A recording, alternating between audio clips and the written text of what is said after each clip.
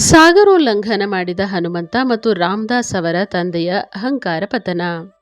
ಸ್ನೇಹಿತರೆ, ನೀಮ್ ಕರೋಲಿ ಬಾಬಾ ಅವರಿಗೆ ಭೌಗೋಳಿಕ ಗಡಿಗಳು ಅಥವಾ ದೇಶ ವಿದೇಶಗಳ ದೂರದ ಮಿತಿ ಇರಲಿಲ್ಲ ಎಂಬುದು ನಮಗೆ ಗೊತ್ತು.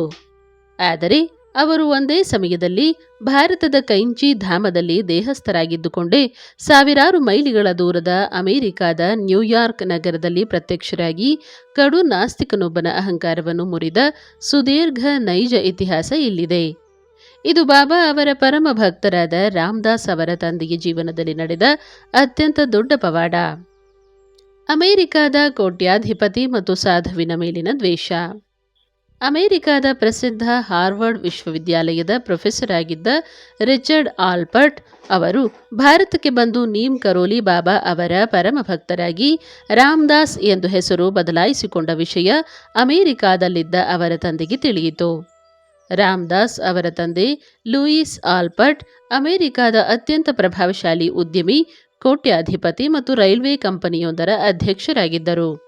ಅವರಿಗೆ ಭಾರತೀಯ ಸಾಧು ಸಂತರ ಮೇಲೆ ಕಡು ಕೋಪವಿತ್ತು. ಯಾರೋ ಒಬ್ಬ ಭಾರತದ ಮುದುಕ ನನ್ನ ಬುದ್ಧಿವಂತ ಮಗನಿಗೆ ಮಾಟ ಮಂತ್ರ ಮಾಡಿ ಆಶ್ರಮದಲ್ಲಿ ಕೂರಿಸಿಕೊಂಡಿದ್ದಾನೆ ಎಂದು ಲೂಯಿಸ್ ಆಲ್ಪರ್ಟ್ ಹಗಲು ರಾತ್ರಿ ಬಾಬಾ ಅವರನ್ನು ನಿಂದಿಸುತ್ತಿದ್ದರು. ಮಗನನ್ನು ಮರಳಿ ಅಮೆರಿಕಾಗೆ ಕರೆದುಕೊಂಡು ಹೋಗಲು ಅವರು ತೀವ್ರವಾಗಿ ಪ್ರಯತ್ನಿಸುತ್ತಿದ್ದರು. ನ್ಯೂಯಾರ್ಕ್ನ ಮುಚ್ಚಿದ ಕೋಣೆಯಲ್ಲಿ ನಡೆದ ನಿಗೂಢ ಘಟನೆ. ಒಂದು ರಾತ್ರಿ ನ್ಯೂಯಾರ್ಕ್ನ ತಮ್ಮ ಅತ್ಯಂತ ಸುರಕ್ಷಿತವಾದ ಬಂಗಲೆಯಲ್ಲಿ ಲೂಯಿಸ್ ಆಲ್ಪರ್ಟ್ ಮಲಗಿದ್ದರು. ಆ ಬಂಗಲೆಗೆ ಕಟ್ಟುನಿಟ್ಟಾದ ಸೆಕ್ಯೂರಿಟಿ ಇತ್ತು ಮತ್ತು ಎಲ್ಲ ಬಾಗಿಲುಗಳು ಒಳಗಿಂದ ಲಾಕ್ ಆಗಿದ್ದವು. ಮಧ್ಯರಾತ್ರಿ ಸುಮಾರು 2 ಗಂಟೆಯ ಸಮಯದಲ್ಲಿ ಲೂಯಿಸ್ ಆಲ್ಪರ್ಟ್ಗೆ ಇದ್ದಕ್ಕಿದ್ದಂತೆ ರೂಮಿನಲ್ಲಿ ವಿಪರೀತ ಚಳಿಯಾದಂತಾಯಿತು. ಅವರು ಕಣ್ಣು ಬಿಟ್ಟು ನೋಡಿದಾಗ ಆ ಮುಚ್ಚಿದ ಲಾಕ್ ಆಗಿದ್ದ ಕೊಠಡಿಯ ಮಧ್ಯೆ ಒಬ್ಬ ವೃದ್ಧ ವ್ಯಕ್ತಿ ನಿಂತಿದ್ದರು. ಆ ವ್ಯಕ್ತಿಯ ಮೈ ಮೇಲೆ ಒಂದು ಸರಳವಾದ ಕಂಬಳಿ ಇತ್ತು ಮತ್ತು ಅವರ ಕೈಯಲ್ಲಿ ಒಂದು ಕೋಲಿತ್ತು. ಆ ರೂಪದಿಂದ ಒಂದು ದಿವ್ಯವಾದ ಪ್ರಕಾಶ ಹೊರಹೊಮ್ಮುತ್ತಿತ್ತು. ಲೂಯಿಸ್ ಆಲ್ಪರ್ಟ್ಗೆ ತೀವ್ರವಾದ ಭಯವಾಯಿತು. ಅವರು ತಕ್ಷಣ ಬೆಡ್ ಪಕ್ಕದಲ್ಲಿದ್ದ ಗನ್ ತೆಗೆಯಲು ಹೋದರು. ಆದರೆ ಆಶ್ಚರ್ಯವೆಂದರೆ ಆ ಕಂಬಳಿ ಹೊದ್ದ ವೃದ್ಧ ಅತ್ಯಂತ ಮಧುರವಾದ ಧ್ವನಿಯಲ್ಲಿ ಲೂಯಿಸ್ ಅವರ ಹೆಸರನ್ನು ಹಿಡಿದು ಕೂಗಿದರು.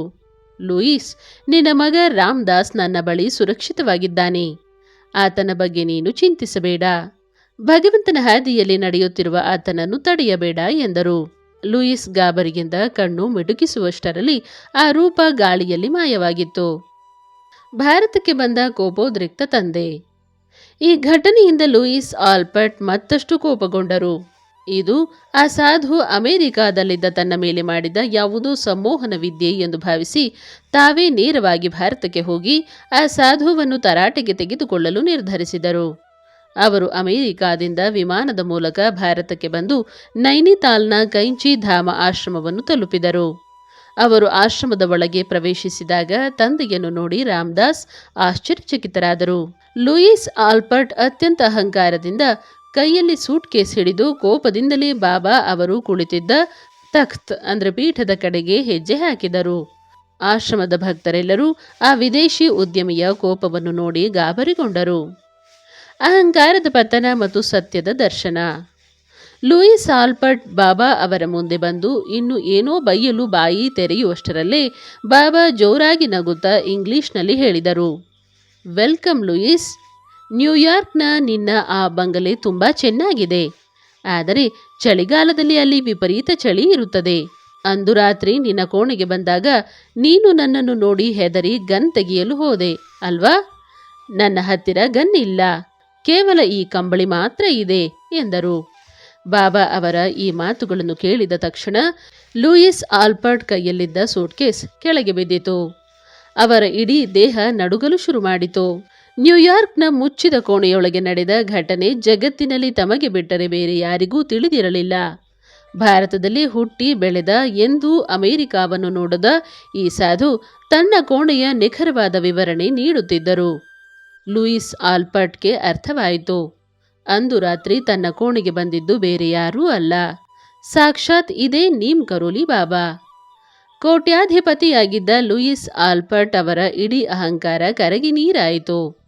ಅವರು ತಕ್ಷಣ ಬಾಬಾ ಅವರ ಪಾದಗಳ ಮೇಲೆ ಬಿದ್ದು ಜೋರಾಗಿ ಅಳಲು ಶುರು ಮಾಡಿದರು. ಆ ಲೂಯಿಸ್ ಆಲ್ಬರ್ಟ್ ಅಂದಿನಿಂದ ಆಶ್ರಮಕ್ಕೆ ಕೋಟ್ಯಾಂತರ ರೂಪಾಯಿಗಳ ದೇಣಿಗೆ ನೀಡಿ ಅಮೆರಿಕಾದಲ್ಲಿ ಬಾಬಾ ಅವರ ದೊಡ್ಡ ಭಕ್ತರಾಗಿ ಬದಲಾದರು. ಸ್ನೇಹಿತರೆ, ನೀಮ್ ಕರೋಲಿ ಬಾಬಾ ಅವರಿಗೆ ಭೌತಿಕ ದೇಹದ ಮಿತಿ ಇರಲಿಲ್ಲ. ಅವರು ಭಾರತದಲ್ಲಿ ಕುಳಿತಿದ್ದರೂ ಸಾಕ್ಷಾತ್ ಹನುಮಂತನಂತೆ ಸಾಗರಗಳನ್ನು ದಾಟಿ ಹೋಗಿ ತಮ್ಮ ಭಕ್ತರ ಕಣ್ಣುಗಳನ್ನು ತೆರೆಸುತ್ತಿದ್ದರು. ವಿಜ್ಞಾನಕ್ಕೆ ನಿಲುಕದ ಬಾಬಾ ಅವರ ಈ ಸರ್ವವ್ಯಾಪಿ ಶಕ್ತಿ ನಿಜಕ್ಕೂ ದೈವಿಕ. ಜೈ ಮಹಾರಾಜ್ ಜಿ.